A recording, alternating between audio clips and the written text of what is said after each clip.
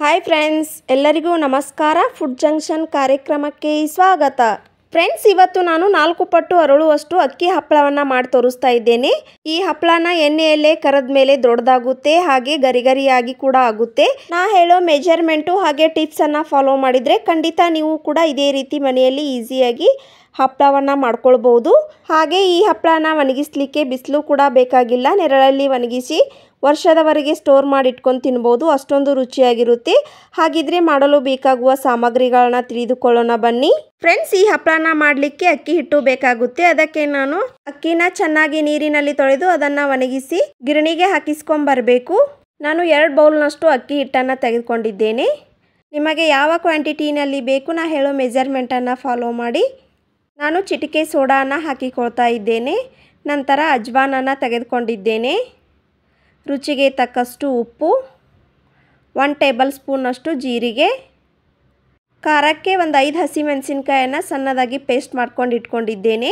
ಬೇಕಿದ್ರೆ red chilli flakes ಕೂಡ ಹಾಕಿಕೊಳ್ಬೋದು. ಮೊದಲಿಗೆ ನಾನು ಒಂದು ಪಾತ್ರೆಯನ್ನು ತೆಗೆದುಕೊಂಡು 2 ಬೌಲ್ ಅಕ್ಕಿ ಹಿಟ್ಟಿಗೆ 4 ಬೌಲ್ ನೀರನ್ನು ಹಾಕಿಕೊಳ್ತಾ ಇದ್ದೀನಿ. ನೀವು ಕೂಡ ಇದೇ ಮೆಜರ್ಮೆಂಟ್ನಲ್ಲಿ ಮಾಡಿ, ಹಪ್ಪಳ ಚೆನ್ನಾಗಿ ಬರುತ್ತೆ. ಫ್ರೆಂಡ್ಸ್, ನಾ ಹೇಳಿರೋ ಟಿಪ್ಸನ್ನು ಫಾಲೋ ಮಾಡಿದರೆ ಖಂಡಿತ ನೀವು ಕೂಡ ಈಸಿಯಾಗಿ ಮಾಡ್ಕೊಳ್ಬೋದು. ನೋಡಿ, ಇವಾಗ 4 ಬೌಲ್ ನೀರನ್ನು ಹಾಕಿಕೊಂಡಿದ್ದೇನೆ. ನಂತರ ಗ್ಯಾಸ್ ಆನ್ ಮಾಡಿಕೊಂಡು ನೀರನ್ನು ಕುದಿಲಿಕ್ಕೆ ಇಟ್ಟಿದ್ದೆ. ಅದಕ್ಕೆ 1 ಟೇಬಲ್ ಸ್ಪೂನಷ್ಟು ಜೀರಿಗೆ, ರುಚಿಗೆ ತಕ್ಕಷ್ಟು ಉಪ್ಪು, 1 ಟೇಬಲ್ ಸ್ಪೂನಷ್ಟು ಅಜ್ವಾನನ್ನು ಈ ರೀತಿಯಾಗಿ ಕೈಲೇ ತಿಕ್ಕಿ ಹಾಕಿಕೊಳ್ಬೇಕು. ಫ್ಲೇವರ್ ತುಂಬಾ ಚೆನ್ನಾಗಿ ಬರುತ್ತೆ. ಇವಾಗ ನಾನು ಗ್ರೀನ್ ಚಿಲ್ಲಿ ಪೇಸ್ಟನ್ನು ಹಾಕಿಕೊಳ್ತಾ ಇದ್ದೇನೆ. ನಾನು ಚಿಟಿಕೆ ಸೋಡಾವನ್ನು ಹಾಕಿಕೊಳ್ತಾ ಇದ್ದೇನೆ. ಸೋಡಾ ಇಷ್ಟ ಆಗದೆ ಇರೋರು ಸ್ಕಿಪ್ ಮಾಡ್ಕೊಳ್ಬೋದು. ಸೋಡಾನ ಸ್ವಲ್ಪ ಹಾಕಿಕೊಳ್ಳೋದ್ರಿಂದ ಹಪ್ಪಳ ತುಂಬಾ ಕ್ರಿಸ್ಪಿಯಾಗಿ ಬರುತ್ತೆ. ಇವಾಗ ನೋಡಿ, ನೀರು ಕುದೀತಾ ಇದೆ. 2 ಬೌಲ್ನಷ್ಟು ಅಕ್ಕಿ ಹಿಟ್ಟನ್ನು ಹಾಕಿಕೊಳ್ತಾ ಇದ್ದೇನೆ. ಅಕ್ಕಿ ಹಿಟ್ಟನ್ನು ಹಾಕಿಕೊಳ್ಬೇಕಾದ್ರೆ ಕಡಿಮೆ ಊರಿನಲ್ಲಿ ಇಟ್ಟು ಅಕ್ಕಿ ಹಿಟ್ಟನ್ನು ಹಾಕಿಕೊಳ್ಬೇಕು. ನೋಡಿ, ಇವಾಗ ನಾನು ಕಡ್ಗೋಲ್ನಿಂದ ಈ ರೀತಿಯಾಗಿ ತಿರುಗಿಸ್ಕೊಳ್ತಾ ಇದ್ದೇನೆ. ಇದು ಇಲ್ಲ ಅಂದರೆ ಲಟ್ಟುಣಿಗೆ ಕೂಡ ಯೂಸ್ ಮಾಡ್ಕೊಳ್ಬೋದು. ಈ ರೀತಿಯಾಗಿ ಕಂಟಿನ್ಯೂಸ್ಲಿ ತಿರುಗಿಸ್ತಾನೆ ಇರಬೇಕು. ಇಲ್ಲ ಅಂದರೆ ಹಿಟ್ಟು ಗಂಟಾಗುತ್ತೆ, ಹಿಟ್ಟು ಸಾಫ್ಟಾಗಿ ಬರೋದಿಲ್ಲ. ಈ ರೀತಿಯಾಗಿ ತಿರುಗಿಸ್ತಾನೆ ಇರಬೇಕು. ಫ್ರೆಂಡ್ಸ್, ಈ ರೀತಿಯಾಗಿ ಹಪ್ಪಳನ ಮಾಡೋದ್ರಿಂದ ಹಪ್ಪಳ 4 ಪಟ್ಟು ಅರಳುತ್ತೆ, ಅಷ್ಟೊಂದು ದೊಡ್ಡದಾಗುತ್ತೆ, ಕ್ರಿಸ್ಪಿ ಕೂಡ ಆಗುತ್ತೆ. ಖಂಡಿತ ನೀವು ಕೂಡ ನಾ ಹೇಳಿರೋ ವಿಧಾನದಲ್ಲಿ ಒಮ್ಮೆ ಮಾಡಿ, ತುಂಬಾ ಇಷ್ಟಪಡ್ತೀರಾ. ಇವಾಗ ನಾನು ಒಂದು ಪ್ಲೇಟನ್ನು ಮುಚ್ಚಿ 2 ನಿಮಿಷ ಇದನ್ನು ಕಡಿಮೆ ಊರಿನಲ್ಲಿಟ್ಟು ಬೇಯಿಸ್ಕೊಳ್ತಾ ಇದ್ದೇನೆ. ಇವಾಗ ನೋಡಿ, ಹಿಟ್ಟು ಚೆನ್ನಾಗಿ ಬೆಂದಿದೆ.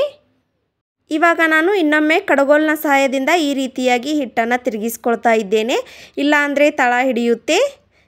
ಫ್ರೆಂಡ್ಸ್, ಈ ಹಿಟ್ಟನ್ನು ರೆಡಿ ಮಾಡ್ಕೊಳ್ಬೇಕಾದ್ರೆ ಸ್ವಲ್ಪ ದಪ್ಪ ತಳ ಇರುವ ಪಾತ್ರೆಯನ್ನೇ ಯೂಸ್ ಮಾಡ್ಕೊಳ್ಳಿ.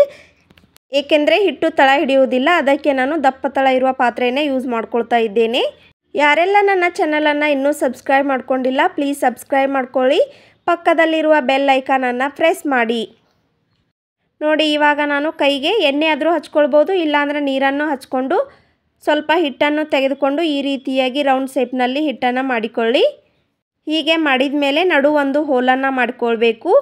ಏಕೆಂದರೆ ಇನ್ನೊಮ್ಮೆ ಇದನ್ನು ಹುಗ್ಗಿದ ಮೇಲೆ ಬೇಯಿಸ್ಕೊಳ್ಬೇಕಾಗುತ್ತೆ. ಅದಕ್ಕೆ ನಾನು ಎಲ್ಲವನ್ನು ಕೂಡ ಇದೇ ರೀತಿಯಾಗಿ ಮಾಡ್ಕೊಳ್ತಾ ಇದ್ದೇನೆ. ನಾವು ಮನೆಯಲ್ಲೇ ವಡೆ ಮಾಡ್ಕೊಳ್ತೀವಲ್ವ, ಅದೇ ರೀತಿ ಇದನ್ನು ಮಾಡ್ಕೊಳ್ಬೇಕಾಗುತ್ತೆ. ಸ್ವಲ್ಪ ತಿಳುವಾಗೆ ಮಾಡ್ಕೊಳ್ಳಿ, ದಪ್ಪ ಜಾಸ್ತಿ ಮಾಡ್ಕೊಳ್ಬೇಡಿ. ಏಕೆಂದರೆ ನಡು ಸರಿಯಾಗಿ ಬೆಂದಿರುವುದಿಲ್ಲ. ಅದಕ್ಕೆ ನಾನು ಸ್ವಲ್ಪ ತಿಳುವಾಗೇನ ಮಾಡ್ಕೊಳ್ತಾ ಇದ್ದೇನೆ. ಎಲ್ಲವನ್ನು ಕೂಡ ಇದೇ ರೀತಿಯಾಗಿ ಮಾಡ್ಕೊಂಡು ಇಟ್ಕೊಳ್ತಾ ಇದ್ದೇನೆ. ಈ ರೀತಿಯಾಗಿ ಮಾಡ್ಕೊಳ್ಳೋದ್ರಿಂದ ಹಪ್ಪಳದ ಸೈಡ್ ಎಡ್ಜು ಬಿರುಕು ಬೀಳುವುದಿಲ್ಲ. ಅದಕ್ಕೆ ಈ ರೀತಿಯಾಗಿ ಮಾಡ್ಕೊಳ್ಬೇಕು. ಇವಾಗ ನಾನು ಉಗ್ಗದ ಮೇಲೆ ಬೇಯಿಸ್ಕೋಬೇಕು ಅಂದರೆ ಇಡ್ಲಿ ಪಾತ್ರೆ ಇರುತ್ತೆ ಅಲ್ವಾ, ಅದಕ್ಕೆ ಸ್ವಲ್ಪ ಎಣ್ಣೆಯನ್ನು ಹಚ್ಕೊಳ್ತಾ ಇದ್ದೇನೆ. ನಂತರ ಒಂದೊಂದಾಗೆ ಇದರ ಮೇಲೆ ಇಟ್ಕೊಳ್ಬೇಕು. ಹೀಗೆ ಎಲ್ಲವನ್ನು ಇಟ್ಕೊಂಡು 20 ನಿಮಿಷ ಲೋ ಫ್ಲೇಮ್ನಲ್ಲಿ ಇದನ್ನು ಬೇಯಿಸ್ಕೋಬೇಕು. ಆವಾಗ ಹಪ್ಪಳ ತುಂಬಾ ಚೆನ್ನಾಗಿ ಬರುತ್ತೆ. ಈ ರೀತಿಯಾಗಿ ಉಗಿದ ಮೇಲೆ ಬೇಯಿಸ್ಕೊಂಡು ತೊಗೊಂಡ್ರೆ ಹಪ್ಪಳನೂ ಒಂದು ಸ್ವಲ್ಪ ಸೀಳೋದಿಲ್ಲ, ಅಷ್ಟೊಂದು ಚೆನ್ನಾಗಿ ಬರುತ್ತೆ. ಇವಾಗ ಇಡ್ಲಿ ಕುಕ್ಕರ್ ಲಿಡ್ಡನ್ನು ಕ್ಲೋಸ್ ಮಾಡಿ 20 ನಿಮಿಷ ಕಡಿಮೆ ಊರಿನಲ್ಲಿ ಬೇಯಿಸಿಕೊಳ್ಳಿ. 20 ನಿಮಿಷದ ನಂತರ ಇದನ್ನು ಓಪನ್ ಮಾಡಿ ತೋರಿಸ್ತಾ ಇದ್ದೇನೆ. ನೋಡಿ, ಹಿಟ್ಟು ಎಷ್ಟು ಚೆನ್ನಾಗಿ ಹುಗಿದ ಮೇಲೆ ಬೆಂದಿದೆ ಅಂತ. ಇವಾಗ ನಾನು ಪ್ಲಾಸ್ಟಿಕ್ ಶೀಟನ್ನು ಕಟ್ ಮಾಡಿಕೊಂಡು ಅದರ ಮೇಲೆ ಈ ರೀತಿಯಾಗಿ ಪ್ರೆಸ್ ಮಾಡ್ಕೊಳ್ತಾ ಇದ್ದೇನೆ. ಏಕೆಂದರೆ ಇದನ್ನು ಸುಡು ಇರುವಾಗಲೇ ಹಿಟ್ಟನ್ನು ಈ ರೀತಿಯಾಗಿ ಪ್ರೆಸ್ ಮಾಡೋದರಿಂದ ಒಂದು ಸ್ವಲ್ಪ ಮೂಗು ಸೀಳೋದಿಲ್ಲ, ಹಪ್ಪಳ ಅಷ್ಟು ಚೆನ್ನಾಗಿ ಬರುತ್ತೆ. ಈ ರೀತಿಯಾಗಿ ಮಿದ್ದಿಕೊಳ್ಳೋದ್ರಿಂದ ಹಿಟ್ಟು ತುಂಬಾ ಸಾಫ್ಟಾಗಿ ಬರುತ್ತೆ. ಇವಾಗ ನೋಡಿ, ನಾನು ಒಂದೊಂದೇ ಉಳ್ಳೆಗಳನ್ನಾಗಿ ಮಾಡಿ ಕಟ್ ಮಾಡ್ಕೊಳ್ತಾ ಇದ್ದೇನೆ. ನಿಮಗೆ ಹಪ್ಪಳ ಯಾವ ಗಾತ್ರದಲ್ಲಿ ಬೇಕೋ ಅಷ್ಟು ಉಳ್ಳೆಗಳನ್ನು ಕಟ್ ಮಾಡ್ಕೊಳ್ಳಿ. ನೋಡಿ ನಾನು ಈ ರೀತಿಯಾಗಿ ಕಟ್ ಮಾಡ್ಕೊಳ್ತಾ ಇದ್ದೇನೆ. ಎಲ್ಲವನ್ನು ಕೂಡ ಹೀಗೆ ಕಟ್ ಮಾಡ್ಕೊಳ್ಬೇಕು. ಇವಾಗ ನಾನು ಒಂದೊಂದೇ ಉಳ್ಳೆಗಳನ್ನು ಮಾಡಿಕೊಂಡು ಹಪ್ಪಳ ಹೇಗೆ ಮಾಡೋದು ಅಂತ ತೋರಿಸ್ಕೊಡ್ತಾ ಇದ್ದೇನೆ. ಇವಾಗ ನಾನು ಪ್ಲಾಸ್ಟಿಕ್ ಶೀಟನ್ನು ತೆಗೆದುಕೊಂಡು ಎರಡೂ ಸೈಡು ಸ್ವಲ್ಪ ಎಣ್ಣೆಯನ್ನು ಹಚ್ಕೋಬೇಕು. ನಂತರ ಉಳ್ಳೆಯನ್ನು ಇಟ್ಟು ಪ್ಲೇಟ್ನ ಸಹಾಯದಿಂದ ಈ ರೀತಿಯಾಗಿ ಪ್ರೆಸ್ ಮಾಡಿಕೊಳ್ಳಿ. ನೋಡಿ ಎಷ್ಟು ಚೆನ್ನಾಗಿ ಹಪ್ಪಳ ಬರ್ತಾ ಇದೆ ಅಂತ. ನಾನು ಇನ್ನೊಂದು ವಿಧಾನದಲ್ಲಿ ತೋರಿಸ್ತಾ ಇದ್ದೇನೆ ನೋಡಿ. ಎರಡೂ ಸೈಡು ಸ್ವಲ್ಪ ಎಣ್ಣೆಯನ್ನು ಹಚ್ಕೊಂಡು ಲಟ್ಟಣಿಗೆಯಿಂದ ಈ ರೀತಿಯಾಗಿ ಲಟ್ಟಿಸ್ಕೊಂಡ್ರೂ ಕೂಡ ಹಪ್ಪಳ ಚೆನ್ನಾಗಿ ಬರುತ್ತೆ. ನೋಡಿ ಇವಾಗ ತೆಗೆದು ತೋರಿಸ್ತಾ ಇದ್ದೇನೆ. ಅದು ಕೂಡ ಎಷ್ಟು ಚೆನ್ನಾಗಿ ಬಂದಿದೆ ಅಂತ. ನಿಮಗೆ ಯಾವ ವಿಧಾನದಲ್ಲಿ ಮಾಡಿಕೊಂಡ್ರೆ ಈಸಿ ಅನಿಸುತ್ತೆ ಆ ವಿಧಾನದಲ್ಲಿ ಮಾಡ್ಕೊಳ್ಳಿ. ತುಂಬಾ ಈಸಿಯಾಗಿ ಬರುತ್ತೆ ಹಪ್ಪಳ. ಈ ಹಪ್ಪಳನ ಮಾಡಲಿಕ್ಕೆ ಅಕ್ಕಿ ನೆನೆಸೋದಾಗಲಿ ರುಬ್ಬೋದಾಗಲಿ ಏನೋ ಬೇಕಾಗಿಲ್ಲ. ಸಡನ್ನಾಗಿ ಮಾಡ್ಕೋಬೋದು, ಅಷ್ಟೊಂದು ಚೆನ್ನಾಗಿ ಬರುತ್ತೆ. ಇವಾಗ ನೋಡಿ ನಾನು ತೋರಿಸ್ತಾ ಇದ್ದೇನೆ. ಹಪ್ಪಳನ ಮಾಡಿ ನೆರಳಲ್ಲಿ ಒಣಗಿಸ್ಕೊಳ್ತಾ ಇದ್ದೇನೆ. ಎಷ್ಟೊಂದು ಚೆನ್ನಾಗಿ ಬಂದಿದೆ ಅಂತ. ಈ ಹಪ್ಪಳ ಒಣಗಬೇಕಂದ್ರೆ 5ರಿಂದ 6 ಗಂಟೆ ಬೇಕಾಗುತ್ತೆ. ನಂತರ ಇದನ್ನು ವರ್ಷದವರೆಗೆ ಸ್ಟೋರ್ ಮಾಡಿಟ್ಕೊಂಡು ತಿನ್ಬೋದು. ನೋಡಿ ಹಪ್ಪಳ ಎಷ್ಟು ಚೆನ್ನಾಗಿ ಬಂದಿವೆ ಅಂತ. ಇವಾಗ ನಾನು ಎಣ್ಣೆಯಲ್ಲಿ ಕರಿದು ತೋರಿಸ್ತಾ ಇದ್ದೇನೆ ನೋಡಿ. ಹಪ್ಪಳ ಎಣ್ಣೆಯಲ್ಲೇ ಹಾಕಿದ ತಕ್ಷಣ 4 ಪಟ್ಟು ಅರಳುತ್ತಾ ಇದೆ. ಎಷ್ಟು ಚೆನ್ನಾಗಿ ಬರ್ತಾ ಇದೆ ಅಂತ ನೋಡಿ. ಹಪ್ಪಳದ ಸೈಜು ಕೂಡ ನೋಡಿ ಎಷ್ಟು ದೊಡ್ಡದಾಗಿದೆ ಅಂತ. ಹಾಗೆ ಕ್ರಿಸ್ಪಿ ಕೂಡ ಆಗಿದೆ. ಖಂಡಿತ ನಾ ಹೇಳಿರೋ ಇನ್ಸ್ಟ್ರಕ್ಷನ್ ಹಾಗೆ ಟಿಪ್ಸನ್ನು ಫಾಲೋ ಮಾಡಿದರೆ ನೀವು ಕೂಡ ಈಸಿಯಾಗಿ ಮನೆಯಲ್ಲೇ ಹಪ್ಪಳನ ಮಾಡ್ಕೊಂಡು ವರ್ಷದವರೆಗೆ ಸ್ಟೋರ್ ಮಾಡಿ ಇಟ್ಕೊಂಡು ತಿನ್ಬೋದು.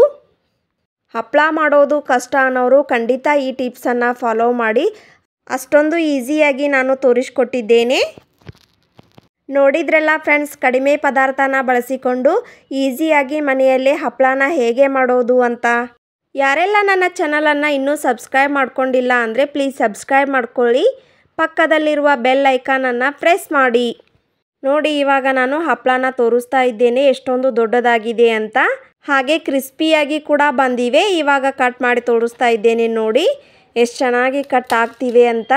ಈ ರೆಸಿಪಿ ನಿಮಗೆ ಯೂಸ್ಫುಲ್ ಆಗುತ್ತೆ ಅನ್ಕೋತೀನಿ. ಈ ವಿಡಿಯೋ ಇಷ್ಟ ಆದರೆ ಲೈಕ್ ಮಾಡಿ, ಶೇರ್ ಮಾಡಿ. ಇನ್ನಷ್ಟು ಈಸಿ ರೆಸಿಪಿಗಾಗಿ ನನ್ನ ಚಾನಲನ್ನು ಸಬ್ಸ್ಕ್ರೈಬ್ ಮಾಡಿಕೊಳ್ಳಿ.